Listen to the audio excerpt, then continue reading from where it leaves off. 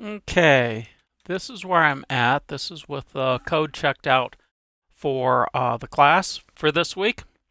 And actually, the stuff is actually in here to run. So you don't have to create this, but I am going to walk through it so that you can get some understanding of what it does. We've talked a little bit about why we do machine learning. Let's actually bring up Visual Studio Code.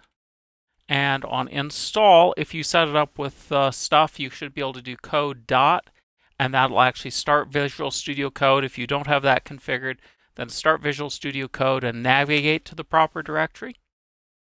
This will bring up Visual Studio Code like so. And the first thing is it's probably not set to the correct version of Python. If we go here and we go down, and if I go right here where it says the version of Python and click on that, I really want the version that is the Anaconda Python, Conda. And now we should be able to actually run stuff. Okay. And it does run stuff correctly. Okay.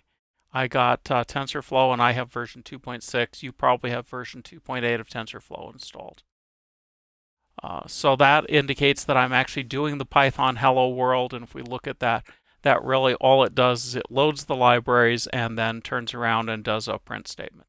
And this will be what we start with to create our homework. And I'll walk through the pieces. I'm just going to cut and paste them and put them in one piece at a time and run it a bunch of times so we can see as they go through what it does. So we're going to start right here, but I'm going to go and create a new file. Okay, so we have this. I'm going to put the hello world stuff in it.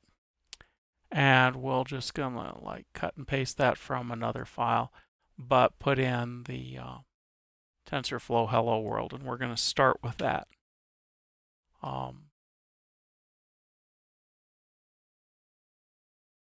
So this prints out the version, and let's run it once and make certain that we're still getting it to load and run. Yes, we see that we've got that. Okay, the first piece we want to do inside this is we're going to want to actually get access to the data that we're going to use for this. And Google, kindly enough, has made it so that it's really easy to get the data. There is stuff to download the data directly. And there are 9 different kinds of things in this data. This is pre-classified data, pre-labeled data, I think is the official term. And when we look at pre-labeled data, what we're looking at is we have 2 different sets of data. We've got the training images, which is what we're going to train on, and we have the test images. And these guys come so that we can train on one set and then validate what we're going to do on another set. There's, I believe, 60,000 images in the training set and 10,000 in the testing set. So they're pretty good size. They're randomly selected out of the entire set of images, so that as we do this, we have a way of finding out if we've overtrained our model, if it isn't trained enough. Well, it'll give us information. Now, the different kinds of things is the t-shirt top, the trousers, all the way to the ankle boots. And I've put in some labels here that match with the data. And I'm going to print out what the shape of the data is, which is the images. They're little tiny images, 28 by 28, and just print out some stuff about the data, the length, the training models, the same sort of stuff kind of for the training, and we'll print out one of the images. If you watch the other video using Colab, you've seen this, but this way it's going to pop up and run here. So let's actually run this, and we should see that it will actually load TensorFlow. And there is the image. It pops up on the screen. Again, this is a 256 depth image, so it's a color image. We're going to have to take away the color if we want it to work well. But I'm going to hit X to close this image in the corner. And then let's add in the next step. So this stuff right here with the figure, in show, and grid, that shows us what the image looked like. That's plotting the image. So let's go and take a look at how we're going to clean up these images and what happens when we turn it into a grid of images. We'll take, I think, 25 images and plot those and We'll run it again. Again, it should put up the first plot that we saw, the color plot, and that's that guy right there. And I'll close that so it can continue on to a plot with the 25 different images up. And each time we run this, we're going to get these images. We're going to add some more stuff to this. We're actually going to take those images and we're going to train on the 60,000. So here's the training code with 3 layers.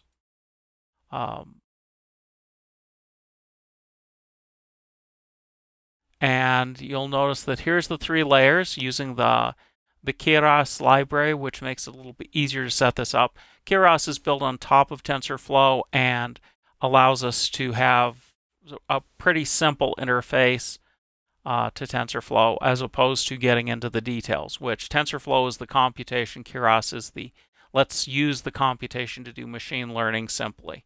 So this is the ReLU that we've talked about before in class, and we're having a training, and then we're actually going to fit the training images at the end. We're going to run the training 10 times in a row. That's the epochs. And so let's run that and see what we get for output and here in the terminal window. And again, I've got the little image of the individual boot and the other image with them in grayscale.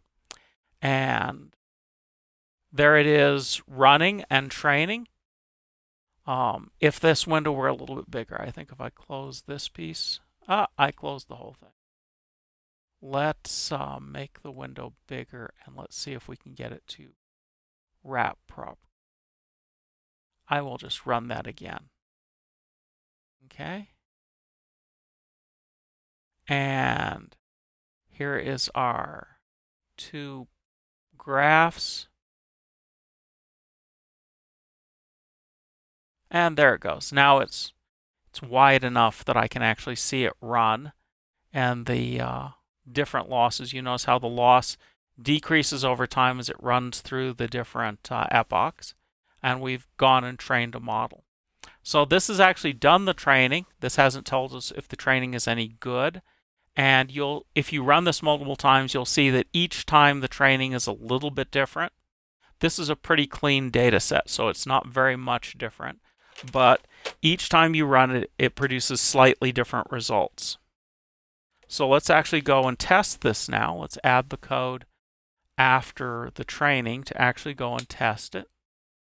And that training, we're interested in 2 things. First of all, what is the accuracy of the model? We'll do that one first. The accuracy tells us basically, is this model any good in a statistical sense? And this is the one that if you aren't getting good accuracy in the statistical model, that you know that you don't have enough data. So let's run that. Again, we're going to get the plots of the different things here in a second. And I'm just going to close those plots because we've seen them before. And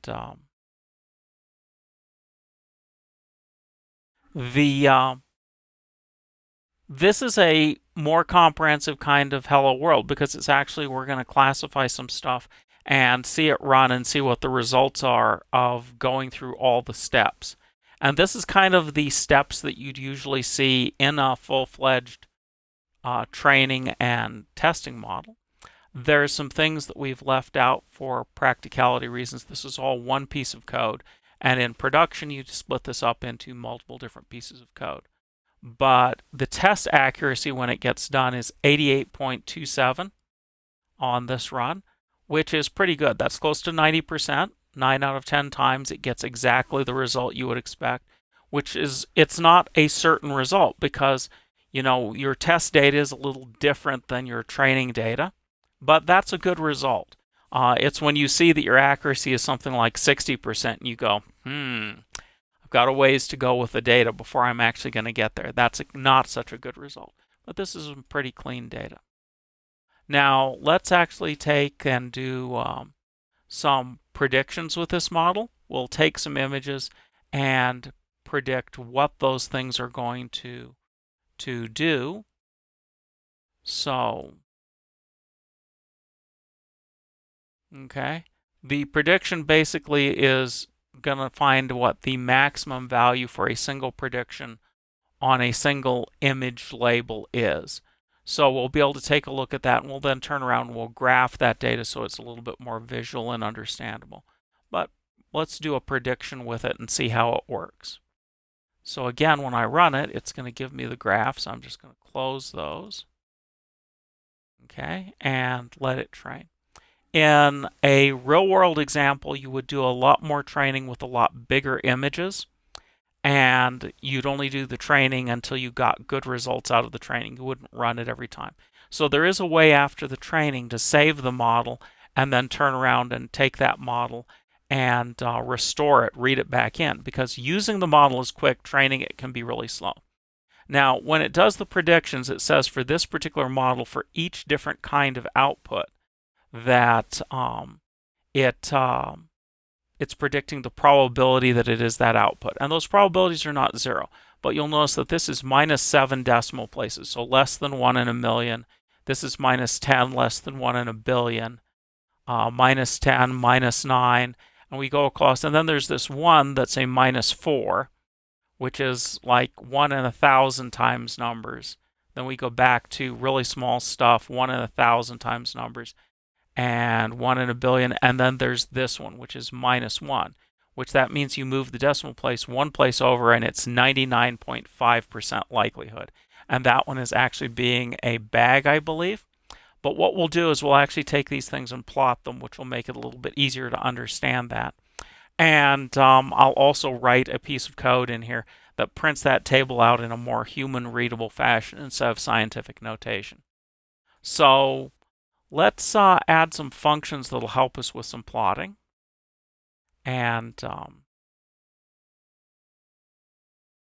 we'll put in a couple defs here that will help with the plotting, with some fancier stuff for the plotting, and then actually turn around and use those functions with plotting some stuff. So let's take that same data that we had and actually show it as a plot, as a bar graph, so you can see what they look like. We'll just do one here, but then we'll do actually all of them across a set of things and get a little bit better perspective on how it works and what it looks like. The plotting is nice because you can see it visually, whereas, the numbers are nice when you actually want to work with it inside another piece of software and take the results and take a look at what those results are in some other context. You want to drive a piece of equipment, you're not driving it with a plot, you're driving it with the numbers. So here is the plot for this particular kind of ankle shoe, and you'll see that here's the blue line, which is the 99%, and 7 was the one that was not 0, but it's pretty small compared to the 99%. And I think it actually did a little bit better projection job this time. Here is the shoe, and you'll notice that for the shoe, it's got it, and I've made it, it's 97%. It's not quite as high, and it also thinks that it looks kind of like something else. And I'd have to go look at what a number 7 is there, but this isn't quite as high a prediction. So those are two things that we're using to predict it. Let's actually put in a piece of code that will do this for a whole bunch of these different things as a table and use the same plotting stuff. But we'll actually get, like this way, a table of these things plotted out. To give you some perspective, this set of steps is actually a pretty realistic set of steps for stuff that I've actually done in industry and actually used. When I actually did it for the pickles, I added 2 more layers so that it would have a little bit better recognition of more complex images. Whereas with just 3 layers, you're basically saying recognize the outline of those 3 layers, not recognize the entire image with complex things in it. And it turned out for, yes, pickles with curves and straight pickles, that I needed to pick up on curves, which requires more than 3 layers. So the number of layers is determined when you build the model. This is actually a plot of samples of each one of these things and what it thinks that they are for each one. So this is taking test data and seeing how likely. And you'll notice for some of these things like this jacket, it's got a number of things that it thinks are other possibilities, but it's got one that's the most likely. So this is pretty good results. Not perfect, but then these machine learning models are not perfect. Okay. Now, if we take a piece of code that we'd actually use and use it for looking at a single image and using it the way we'd predicted, I actually have in here the code that you would use that prints out the results in a little bit more human readable form. We'll run this one more time with this. You'll notice I've gone to some effort here to format it. This format over here prints stuff nicely as a percentage when you multiply the value by 100, so you can actually get a decent printout as a table of the different likelihoods of what it is. So I'll run this guy once, and I'll skip forward in time to the end.